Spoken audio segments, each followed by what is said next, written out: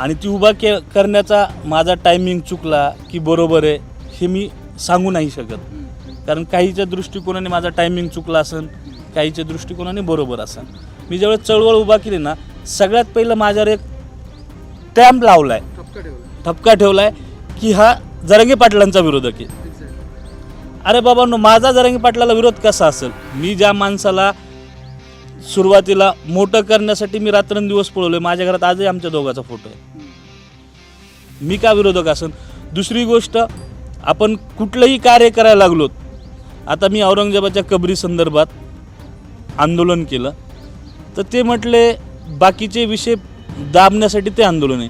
मी 2024 मागणी केली, त्याचे माझ्याकडे पत्र आहेत. इकडे जर असेल तर त्या पिशवीत आहे बघा. ते फोटोज पण काही आम्ही पाहिलेत, त्या संदर्भाने सांगा काही माहिती पुढे.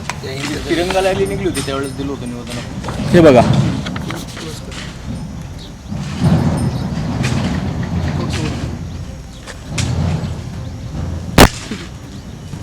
ठीक आहे. म्हणजे हे आपण ह्या आत्ताच्या घडामोडीच्या अगोदर दिलेलं आहे निवेदन आहे. एक कशा संदर्भात होतं, काय विषय? आपण जेव्हा जलीलची ती रॅली निघाली होती, तिरंगा रॅली, ती जात असताना त्यांनी बऱ्याचशा ठिकाणी काळं लावलं होतं. संभाजीनगर नावावर. हो, तर त्या लावलेल्या ठिकाणच्या काळ्याला आपण स्वतः कलर देऊन तिथं छत्रपती संभाजीनगर नाव टाकलं. त्याचे फोटोज मी तुम्हाला नंतर देतो. आणि त्याच दिवशी आपण निवेदन दिलं होतं की खुलताबाद येथील औरंगजेबाची कब्र ही ताळेबंद करा, आणि जर तुम्ही ताळेबंद नाही केली तर त्याच्या विरोधात आम्हाला भूमिका घ्यावं लागेल, आणि आम्ही भूमिका घेतल्यावर आम्ही ती निस्तानाबूतच करून टाकू. आणि तुम्हाला सांगतो, त्यावेळेस त्यांनी ते मागणी दिली होती. आत्ता माझ्या मते नाही, आपण 26 तारखेचं दिलं ते ना, 23 तारखेचं अल्टिमेटम दिलं होता. त्या अल्टिमेटमच्या टायमिंगपर्यंत त्यांनी आपली जी मागणी होती, म्हणजे कळत नकळत ती मागणी पूर्ण केली. आज तुम्ही बघा, तुम्ही पण आहात की त्या औरंगजेबाच्या कबरीच्या आजूबाजूला त्यांनी पत्रे मारलेत, तार मारले.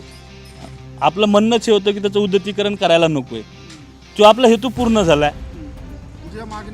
आपण जी मागणी केली ती पूर्ण करून घेतली ना सरकारकडून. माझा एक स्वभाव आहे, आपण गनिमी कावा खूप चांगल्या पद्धतीने करतो, आणि तो त्या पद्धतीने करून दाखवला. मी ती फोडणारे तोडणारे म्हणल्यावर या प्रशासनाला लाज वाटली जरा, आणि त्याचं संरक्षण करण्यासाठी गेलते ते, पण त्यांना ते कळलंच नाही. आम्ही आमचा हेतू पूर्ण करून घेतला.